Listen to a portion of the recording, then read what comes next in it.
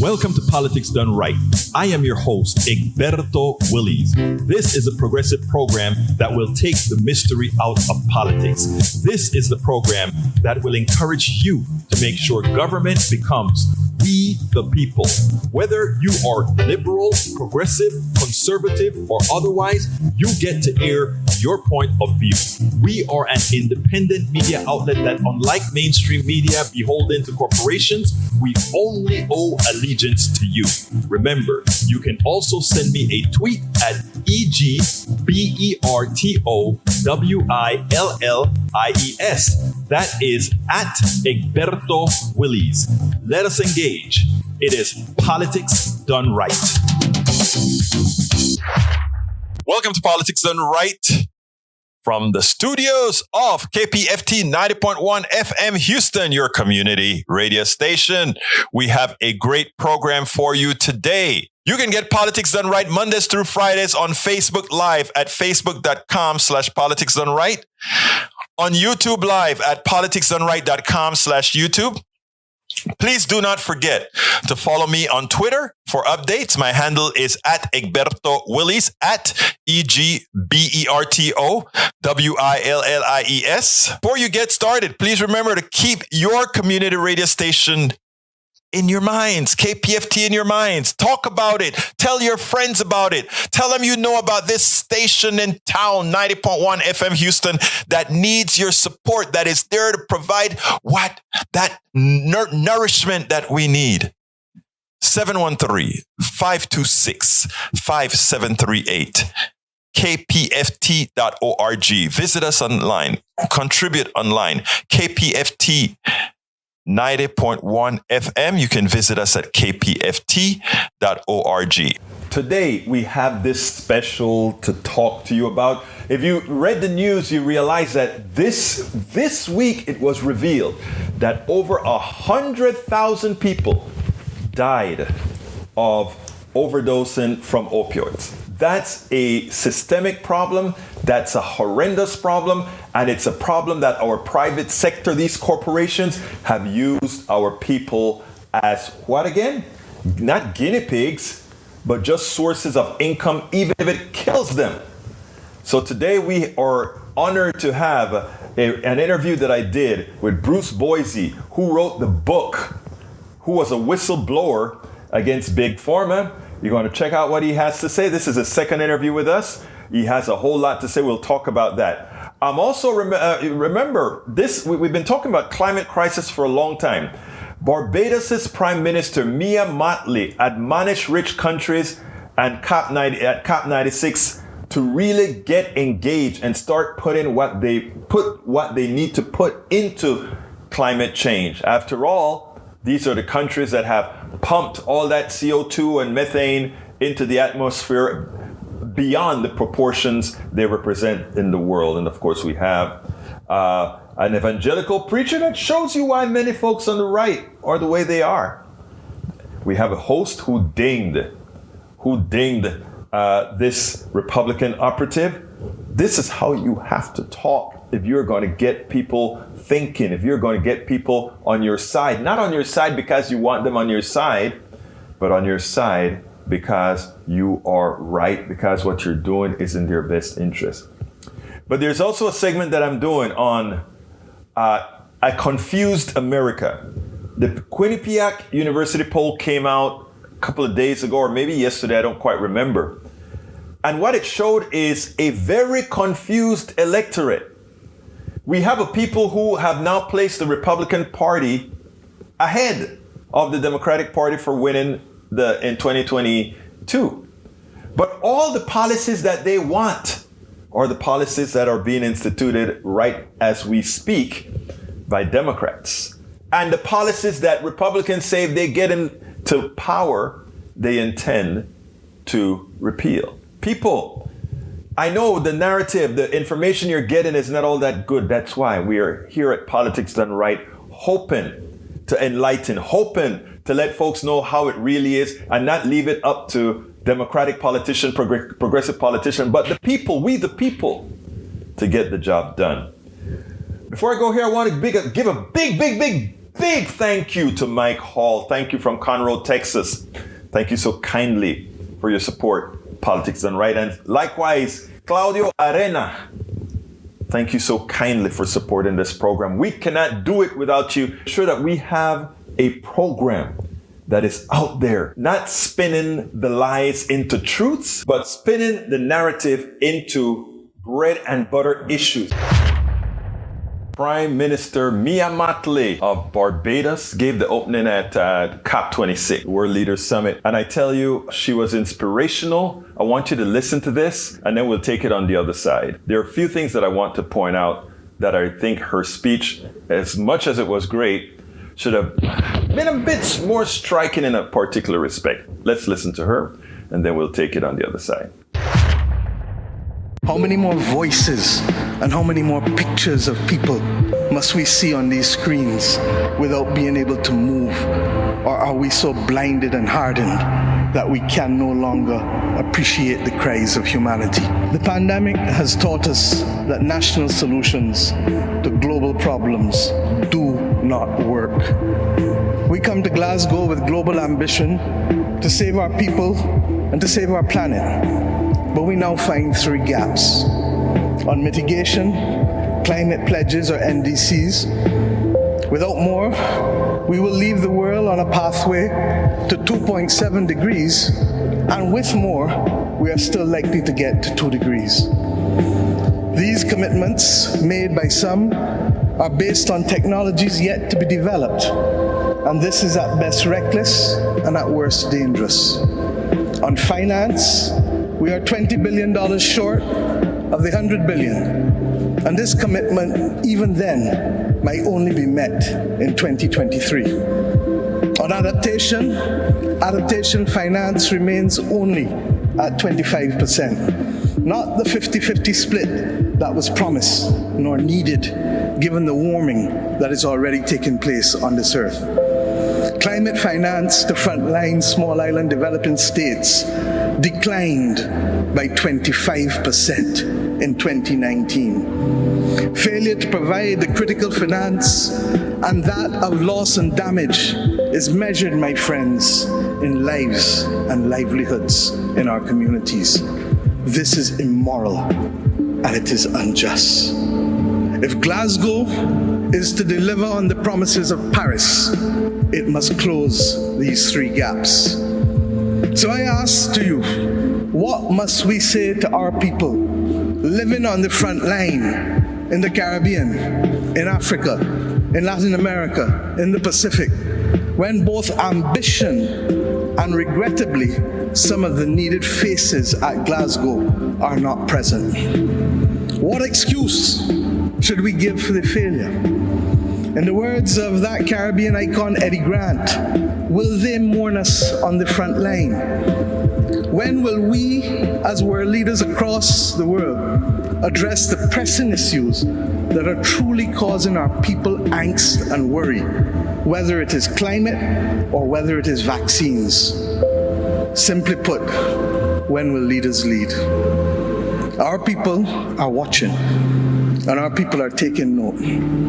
And are we really going to leave Scotland without the resolve and the ambition that is sorely needed to save lives and to save our planet? How many more voices and how many more pictures of people must we see on these screens without being able to move? Or are we so blinded and hardened that we can no longer appreciate the cries of humanity? I have been saying to Barbadians for many years that many hands make light work. Today, we need the correct mix of voices, ambition, and action. Do some leaders in this world believe that they can survive and thrive on their own? Have they not learned from the pandemic? Can there be peace and prosperity if 1/3 of the world literally prospers and the other 2/3 of the world live under siege and face calamitous threats to our well-being? What the world needs now, my friends, is that which is within the ambit of less than 200 persons who are willing and prepared to lead. Leaders must not fail those who elect them to lead. And I say to you, there is a sword that can cut down this Gordian knot, and it has been wielded before. The central banks of the wealthiest countries engaged in $25 trillion of quantitative easing in the last 13 years. 25 trillion. Of that, 9 trillion was in the last 18 months to fight the pandemic. Had we used that 25 trillion to purchase bonds, to finance the energy transition, or the transition of how we eat, or how we move ourselves in transport, we would now today be reaching that 1.5 degrees limit that is so vital to us.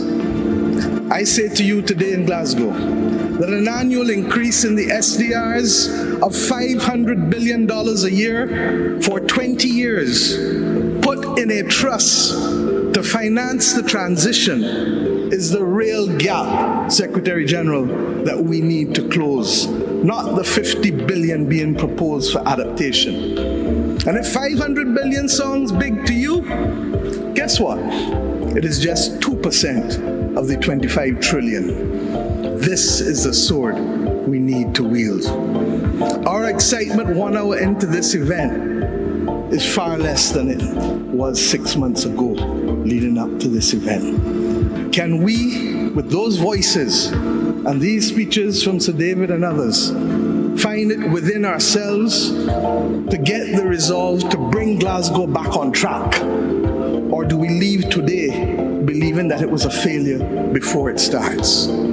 Our world, my friends, stands at a fork in the road.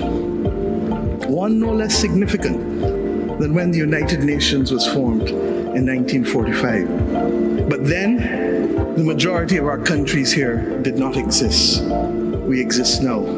The difference is we want to exist 100 years from now.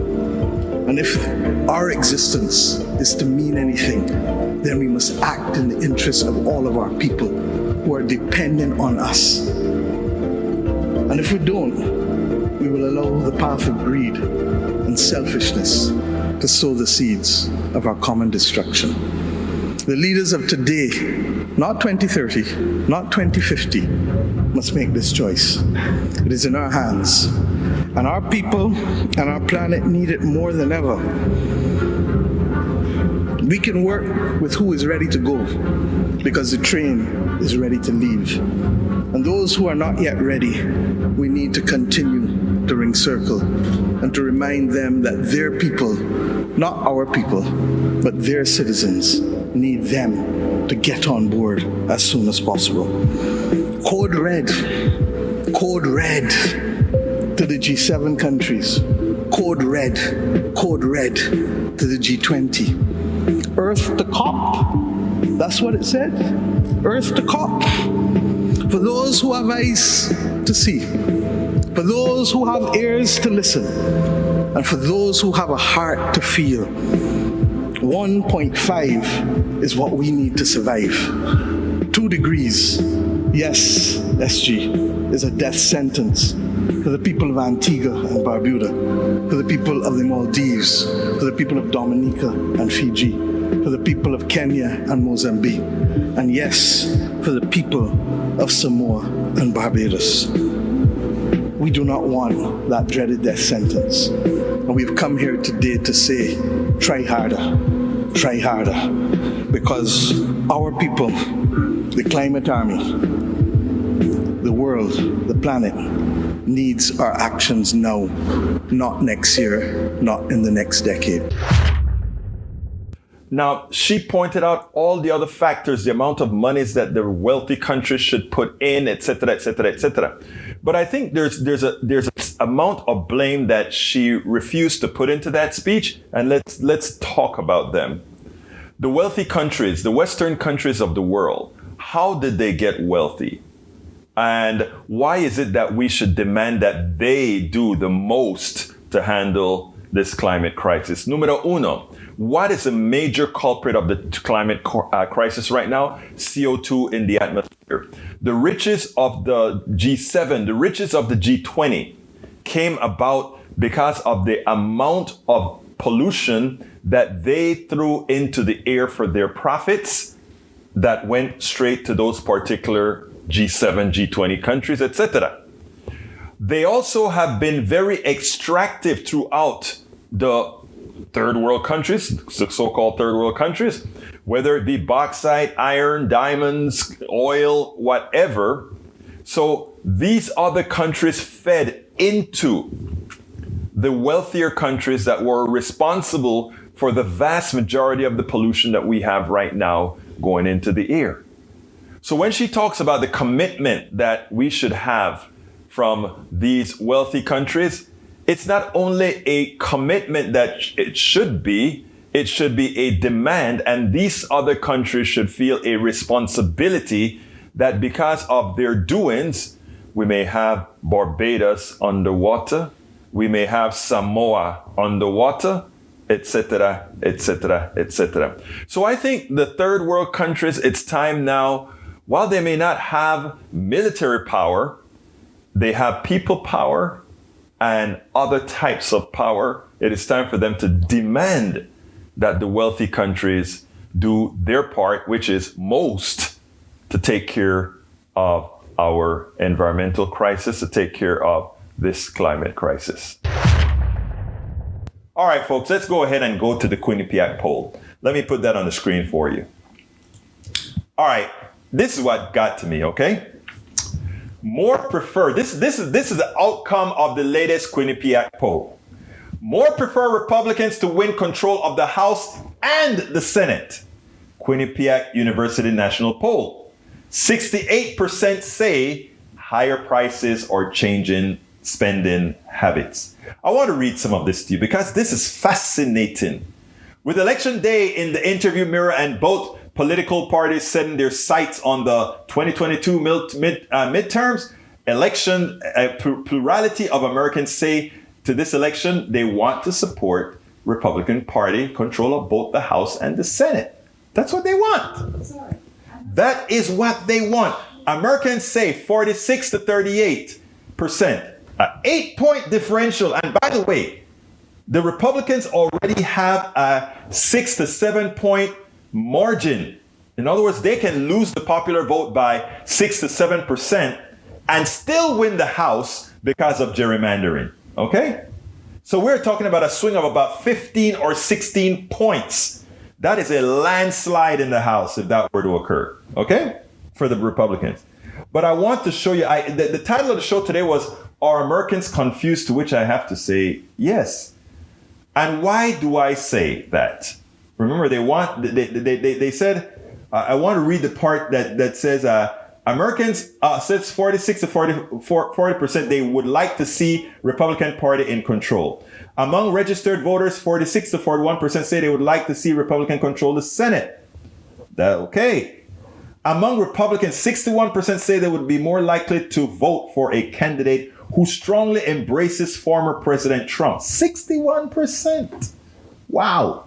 That's of Republicans, okay? In an open-ended question allowing for any answer, Americans were asked what they thought was the most important problems facing the country. And here are the answers in the order. Division and polarization. I love that they consider that a very big problem. The second one, 10% says the economy. 8% says immigration. 8% says inflation. American asked which party would be best in handling the problem mentioned. The plurality, 46% say Republicans. Okay. I want you guys to understand this. They say Republicans. All right. A slight majority of Americans, 52%, say the Democratic Party has moved too far to the left. 6% say it has moved too far to the right. And 34% says it hasn't moved too far in either direction. A plurality, 43% say the Republican Party hasn't moved too far in either direction. 35% say it's moved too far to the right. 13% says it moved too far to the left. So that is bad for Republicans in that 35% says it moved too far to the right, while when it comes to the people who said it's moved to the left, it's not that much. I think it was for the Democrats. It was it wasn't that much. But anyhow, President Biden, Americans give President Biden a negative 36 to 53% job rating. That's amazing. In today's results, Republicans disapproved 94-4, Democrats approved 87-7, Independents disapproved 56-29. Again, that is not what freaked me out, however. A majority, listen to what freaks me out about this poll to show if Americans are confused or not. And again, numbers, you guys know the only thing I believe in is numbers. Only things I believe in are numbers. A majority, 57 to 37% support the roughly $1 trillion spending bill to improve the nation's roads, bridges, broadband, and other infrastructure projects. It's a dip since October, but it's still, which it was at 62%, a 5-point dip, but it's still not a plurality, a majority. But it gets even better. A majority, 58% to 38% supports the roughly $2 trillion spending bill on social programs such as child care, education, family tax breaks, and expanding Medicare for seniors. Let's stop right there. Vamos a parar ahorita mismo, ahí mismo. That tells me, 1, Americans are very confused. 2, Americans are very uninformed. And 3, Democrats better get their butts off and start fighting with fire with fire. What am I saying here? Check this out. The bipartisan bill received only 19 Republicans. 19 Republicans supported the bipartisan infrastructure bill that's going to help people from Appalachia right to the south, to the east, to the west. Democrats, every single one of them supported the infrastructure bill on the Senate side, and on the House side, the only folks that objected to the bill was the squad for objective reasons. All right? Now, so what we're saying here, you want the Republicans to take over to support policies that, with the expectation that they're going to support policies you want that they have already told you they don't want to have a damn thing to do with it. Is that confusion? Is that shooting yourself in the foot? But it gets worse. Worse. 58 to 38. In other words, we want the Build Back Better bill. We want it. We want those kids taken care of. We want Medicare expanded. We want all those things that Republicans say they are against. We don't only want it, we want it by a large majority. And we think that after this bill passes in 2022, we are going to elect Republicans who are somehow now going to support these bills that they completely disagree with, that they call socialism. You want the policies in these bills. According to the poll, look, these are the same people being polled. I want you to get that in our cráneos. These are the same people being polled. There are a lot of Republican politicians out there now that are complaining about Donald Trump. Donald Trump is doing all the wrong things. Donald Trump and the party has fallen for Donald Trump. And as such, we cannot support Donald Trump. As such, we cannot support the party. So we are complaining and we're not running, and we're all of that is true. But what Anthony Gonzalez did is deeper. I am mostly in favor of what he had to say, but also there is one particular issue that proved his ideological problem is actually problematic for the entire country. Check this out. We'll take it on the other side.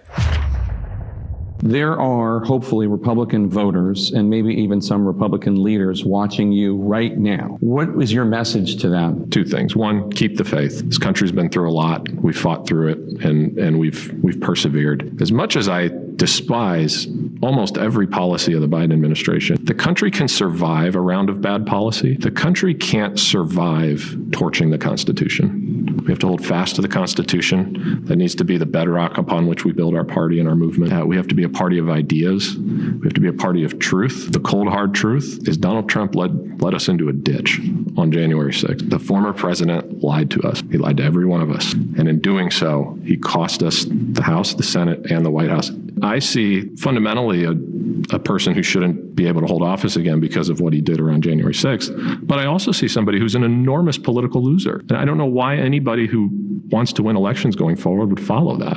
I simply, I don't get it ethically. I certainly don't get it politically. Neither of them make sense. If he's the nominee again in 24, I will do everything I personally can to make sure he doesn't win. Now, I'm not voting for Democrats, whether that's find a viable third party or whether that's try to defeat him in primaries, whatever it is, that's going to be where I'll spend my time. Because you're worried about what he'll do to democracy?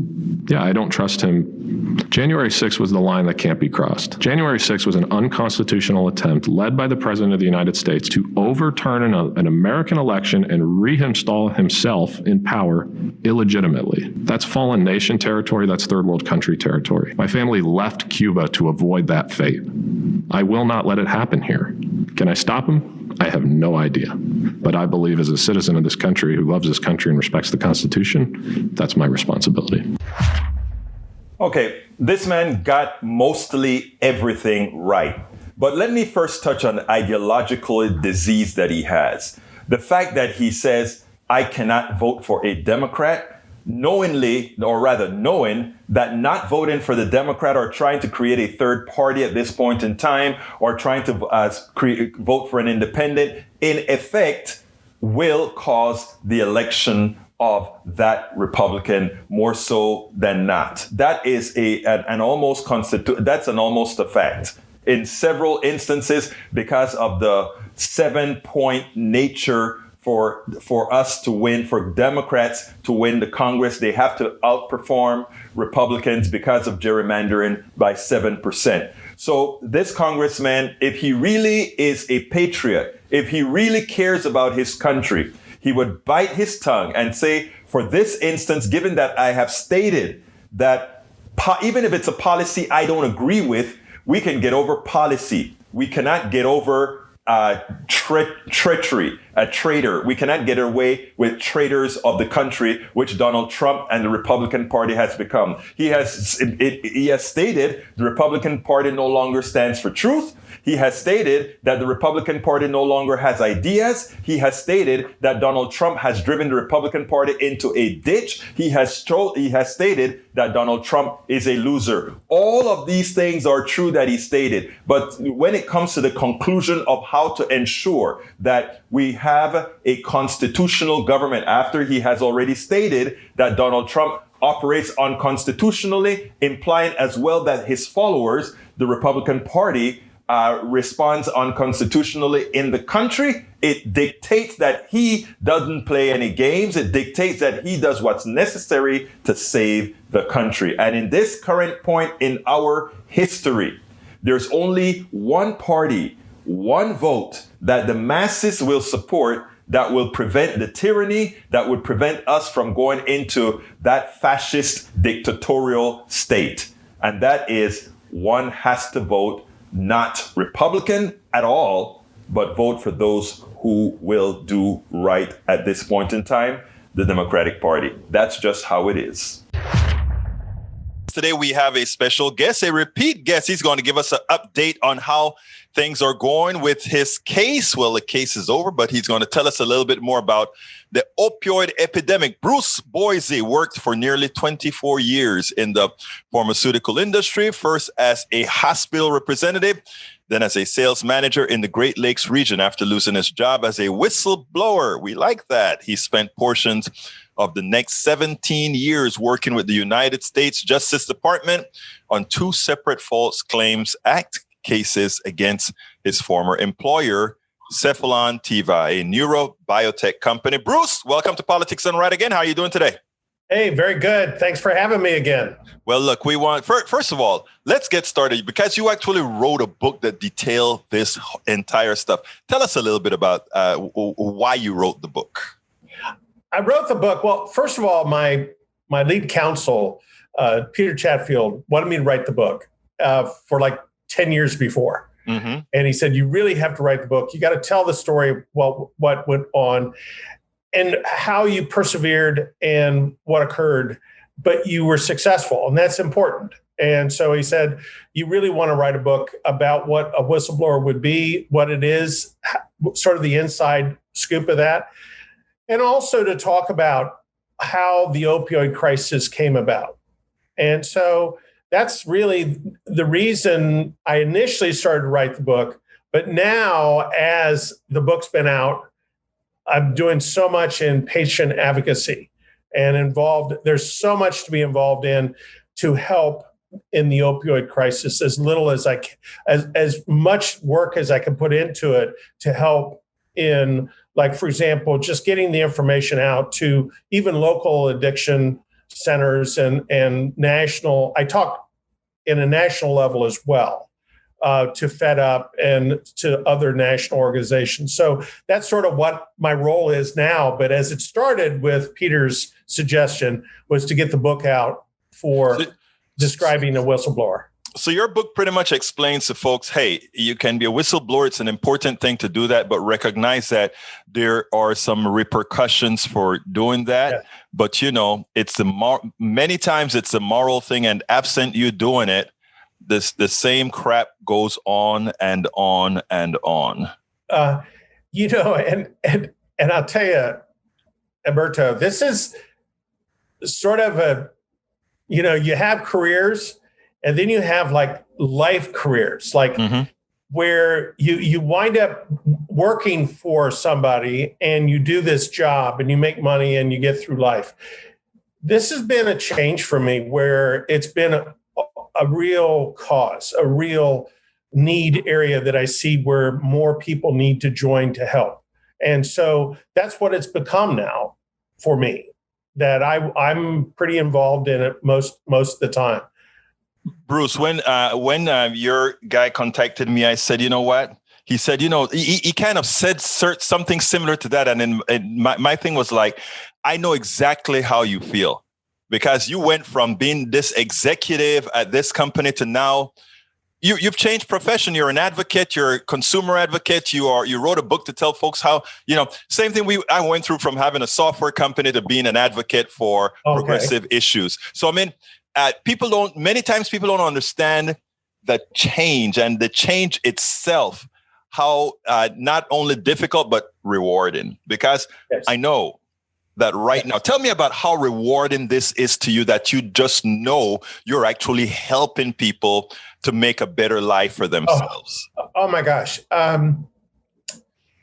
Probably the most significant thing that comes out of it is that, you know, I do my daily activity. Like I'm down in the Key West area now, visiting friends. And I went out to dinner and the manager of the restaurant, hey, we haven't seen you in a long time. What have you been doing? And I said, I wrote a book. And they said, wrote a book. And most people didn't know that I was involved in the opioid crisis and I was involved in cases and wore a wire and all that stuff, because you don't talk about that. Right. And so I go, well, it's like now I'm really busy with patient advocacy and things like that. And he turned around and he said, I'd love to get one of your books. And I said, well, I think I got one I'm driving. I got one in the truck. And I said, I got one I'll just give you one.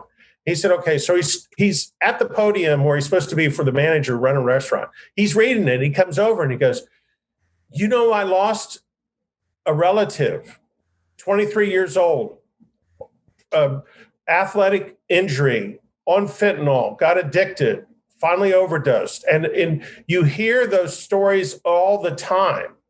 That when you start talking about what you're doing now, and it just rolls into this, they tell you about who, you know, what incident was, what family member may have died, or even worse, what occurs as far as the collateral damage. It's like the mom overdosed, but the father and the kids separated and now are not together anymore. The family's gone.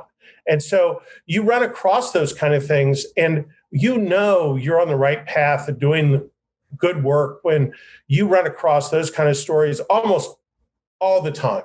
It's amazing to me how much this has affected our country. Let me tell you something, Bruce. America is a country which it's individualism, not because people want to be individualistic, but it's what it's preached to people, that they so often suffer in silence. We have a culture that suffers in silence. And books like yours and the work that you do tell people it is okay to open up. I have relatives right now, family members right now, who I know have particular health issues, etc.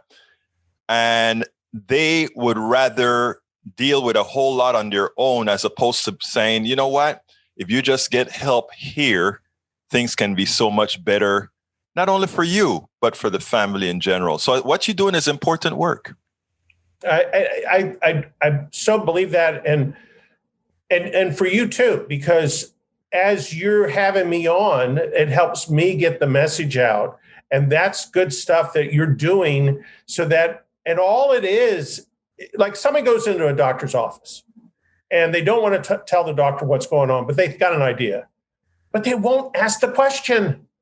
Ask the question, write the questions down, ask the question.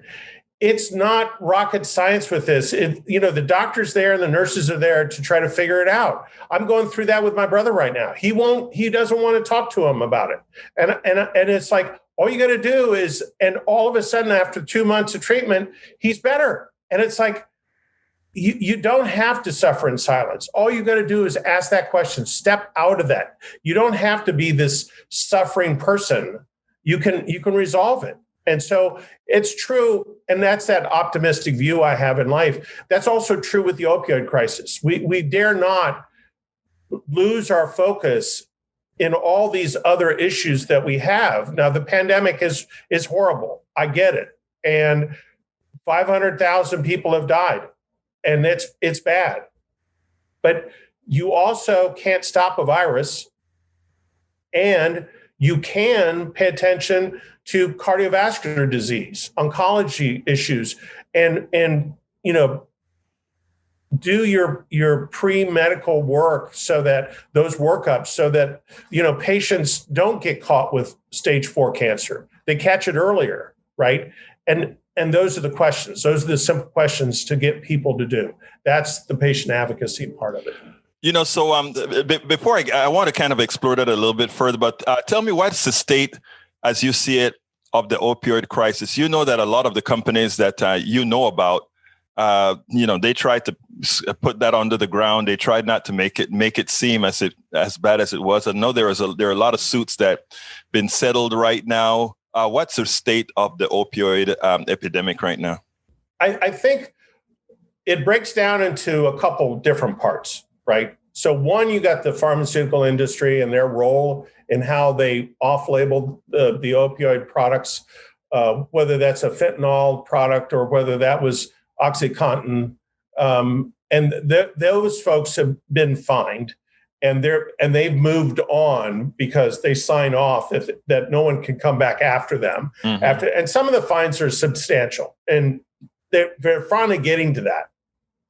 Also, the distributors. So they've gone after the distributors. So big drug company distributors have been fined as well. Also, there are consultants. So pharmaceutical management consultant, Kinsey, is the one that's been fined $573 million. They were doing the consulting and marketing for OxyContin and Purdue. Those are all in place and those are moving along. The issue with that is that we cannot just forget about that they did that, because greed leads to fraud, leads to patient death. You have to still be an advocate and still pay attention to what's going on, not only with pharmaceutical companies, but also the FDA.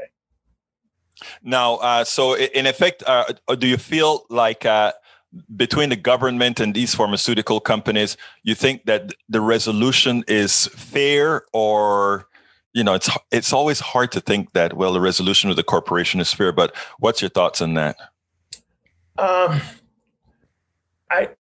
I know they're being hammered pretty hard right now. The trouble is that I've been on that side of it where I'm the plaintiff and they're the defendant.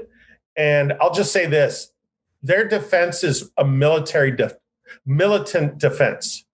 In other words, they're not giving anybody up. They're not giving anybody's up. And so you've got to be able to keep track of what goes on. And if let's say a company X winds up having an opioid they want to get to market, well, just don't let them go to market and start all over again with another opioid just to solve their bottom line. Pay attention to it as an advocate, with different people like, for example, PROP, physicians for responsible opioid prescribing, those folks that are involved in that, to still be involved in that and still keep track of that, because there's one aspect of that. And then the other is that, we got drugs coming in that are so cheap, the fentanyl product or any of that they add to, whatever's on the street, which is another issue by itself, right?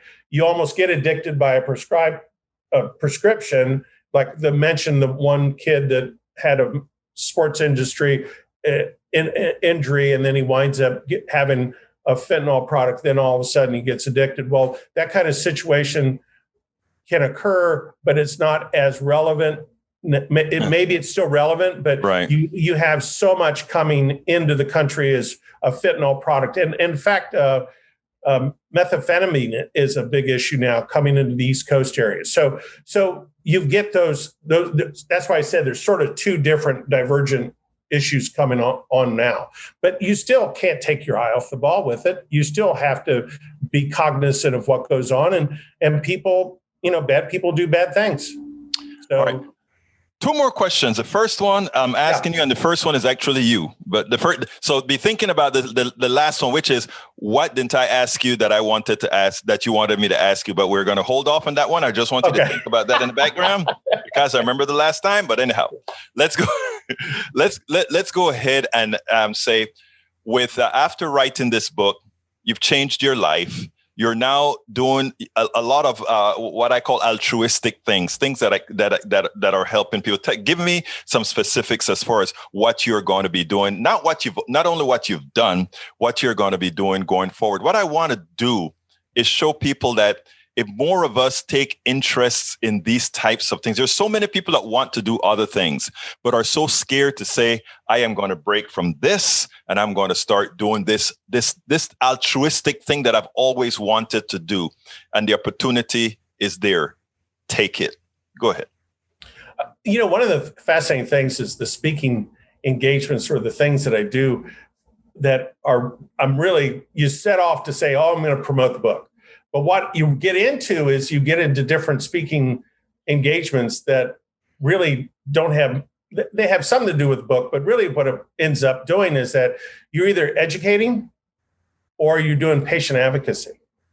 And it's so rewarding. I'm telling you, it is so rewarding.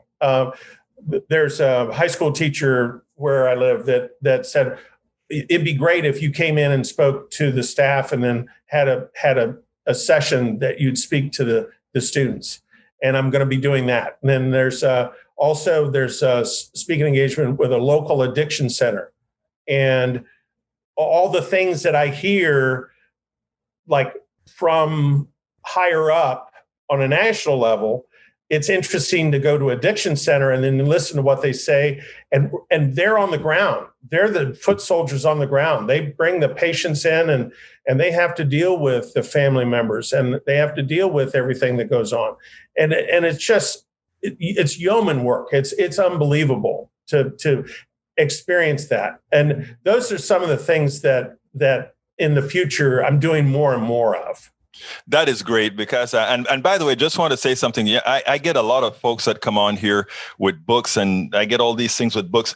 let me just say, the only time I go off with these books is people that you can actually see that is what they're doing. In your stuff here, you can see that this is something you care about, and you're just not plugging a book. You know, there are some people that are just plugging a book, and there are some people that are actually making a material difference in society, and I consider you one of those.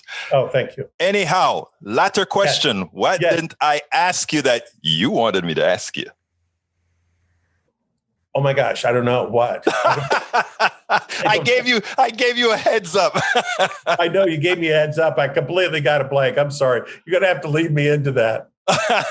Well, anyhow, that's not a problem. I think one of the things that I should have asked you is what's next. Is there another book coming? What's going on? Oh my gosh, there is another book coming. There is one coming. I really want to do. I know you're going to. Okay, so let's back up a little bit. This is a, and I don't know whether I'm going to do this or not, but I think it needs to be done. Okay. This book is sort of a scolding. Okay. I want to hear that. And what it is that this country can be better. Okay. And we're not. And there is a lot of areas that we need to do better on. And it's not just politics. It's like, when did we stop caring for our own Americans? When did we stop that? When did we stop? And Alberto, this is the number one thing. When did we stop paying attention to what we should do as humans, as Americans in this society? Like, yes, you have a job, but there's more to your job than just doing your job and then clocking out. If you see something, say something. If you see somebody in need, do a kind act during the day. Why not do something as a kind act all the time? You know, I think back to my grandmother and going to church, and you know, I'm going to be a good boy. I'm going to be a good boy. I'm going to go to church. I'm going to be a good boy. But what are you doing Monday through Saturday, right? Right? It's like, yes. I don't mean to preach in that sense, but I think we all could be better if we looked at those, whatever those problems are we have as a country. We can solve those together. That's what I'm thinking of. Well, you know what, Bruce? That was the answer. And I tell you something else, Sam. Now that you've said that out loud, yes, we're going to hold you to that book, and I'll be I want to be one of the first ones to interview you when you're done writing that book, because you're a good writer. Author of Cold Comfort: One Man's Struggle to Stop the Illegal Marketing of Powerful Opioid Drugs and Save Lives. Senor Bruce Boyce, thank you so kindly for having been on Politics Done Right. Oh, thank you very much. Thanks for having me. We sit down and wonder, how can Donald Trump control so much of certain parts of America? And you know, I've always spoken about the church's involvement in society and what it has done. Sometimes it can do good, sometimes it can do bad. Sometimes we have pastors, you have to wonder what they're paid for. You wonder why we can't get certain types of legislation through, etc. It is because these guys have control of the minds of many. I want you to take a look at this, and then we'll go ahead and take it on the other side, because this is simply amazing. One of the more unexpected developments in American politics in the last 5 years has been the enormous popularity of Donald Trump among the so-called values-voting evangelical community. Mr. Trump won 77% of the evangelical vote in 2016, and then he won 84% of it last year. My colleague Ann Thompson traveled just outside of Knoxville, Tennessee, to report on the friction over what it means to be an evangelical today. Under this flag-painted roof, religion and politics mix. I want Trump to come back sooner than later. But you know who'd be a lot better than Trump coming back? Yeah. Jesus coming back. With gusto. Biden, you trouble Israel. Yeah. Leftists, you trouble Israel. This is the Patriot Church on the outskirts of Knoxville, Tennessee. You unvaccinated people, you are causing the trouble in the land. That's what they say. Founded by Pastor Ken Peters. And that's what this nation was founded on, predominantly Christian values by predominantly Christian people. We just want to keep that in play. We just want to keep our roots alive and not let this reconstruction, this tearing up of our nation's roots and a new set of values is being pushed on us. It literally is. So whose values are being pushed on you? These are leftist worldly values. They can't stand Christian culture. Why? Because we believe marriage is between a man and a woman. We believe that there are only two genders. We believe that life in the womb is actually human life and they're murdering human life for money. He's not afraid to take sides and thinks God does too. One thing I've learned about Scripture and the Lord is God can use anybody. In the Bible, he even used a donkey. And if God can use a donkey, he can use President Trump. Do you think God is using President Trump? Absolutely. I think President Trump is a miracle. I think God picked Donald Trump, an imperfect vessel, to be the champion of his people. That intertwining of patriotism, politics, and religion is attracting a devoted following. When you're in a culture where everybody's trying to silence you, it's great to be able to share how you really feel with people who feel the same way. Or just checking it out. Actually saw it on CNN, and if they say something bad about it, it might be good. Peters leading one side of the battle for the soul of the evangelical church. Some of the evangelical church, I think, is soft. I think they're cowardly and they're trying to ride the fence between the left and the right. And so that's kind of where the divide is. Here in the heart of the Bible Belt. I would say, as a person of faith who's been around church all my life, that the Bible Belt is unbuckling. Across town, Pastor Phil Nordstrom leads the Life Church. What do you mean that the Bible Belt is unbuckling? The branding of Christianity has suffered. I think that our association with political extremism has especially turned off a younger generation toward evangelicalism. So one of the challenges we face right now is, who are we? What does it mean to be an evangelical? Nordstrom is decidedly old school, a pro-life pastor pointedly staying away from partisan politics on Sunday. The funny thing is, I'm probably personally pretty conservative, so I don't come across as like I'm a liberal evangelical, but people get the spirit, or get the feeling pretty quick that we're a pretty inclusive church, that everyone's welcome, that we're trying to not fight the culture wars from the pulpit. Can you believe that? Number one, Donald Trump was sent by God. God uses imperfect vessels. Wow. What an imperfect vessel he used this time. But I mean, the pastor that came afterwards was more circumspect, and he called the reality. The Bible Belt is unbuckling. What he didn't talk about is, why is the Bible Belt unbuckling? And that goes a lot into not only the financial angst of people, but that continuous message of the other trying to take what is yours. I think progressives have a hell of an opportunity here that I think too often we leave alone. And I'm telling you this from experience in talking to people of different ideologies. We many times, because we know that the policies we support, because we know that the types of things we support are what most people ultimately want if you strip ideology from it, we don't approach these people with enough, what is the word that I want to say? It's not empathy, because that we have. We don't give them a chance to drive to us, as opposed to telling them to come to us, in my opinion. I would be interested to see what you guys think about that. But if you look at the power that these preachers have on the people, we could break the preachers, and in breaking the preachers, get to the people. Republicans, even if they don't, Republican strategists that is, even if they don't agree with Donald Trump, they want to somehow make the fallacy, create a fallacy that they are there to govern, that they really know what they want. But here's a sad reality. I want you to listen to this, and then we'll take it on the other side, because I think it's important for folks to understand the fallacies that are out there.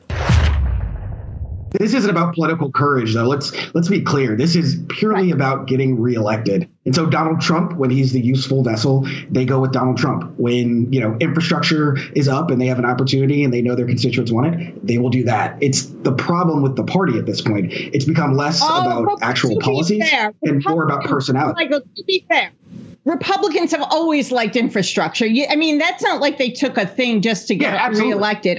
It's been infrastructure week for 4 years during Trump. They couldn't get it done. Yeah. If they liked infrastructure so well, why didn't they get it done when they controlled? He had a bigger number. And he had a bigger number. I don't know about that, Susan. I believe you, but I don't know if the party actually believes that anymore. We have to stop talking about what people talk about and talk about what people do.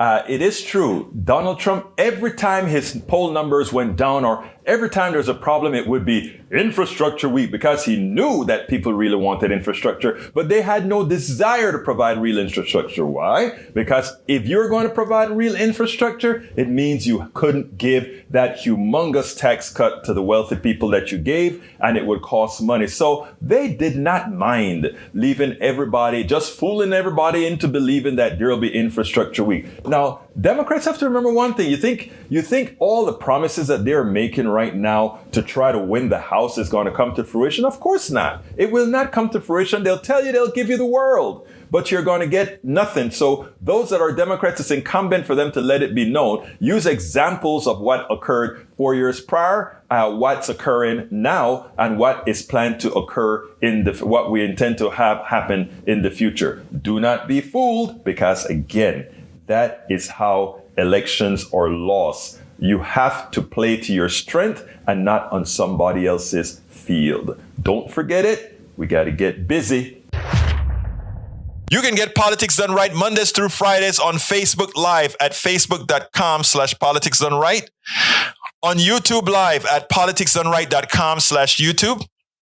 Please do not forget to follow me on Twitter for updates. My handle is at Egberto Willies, at EGBERTO Please remember to keep your community radio station KPFT in your minds. Talk about it. Tell your friends about it. Tell them you know about this station in town, 90.1 FM Houston, that needs your support, that is there to provide that nourishment that we need. KPFT.org. Visit us online. Contribute online. KPFT 90.1 FM. You can visit us at KPFT.org.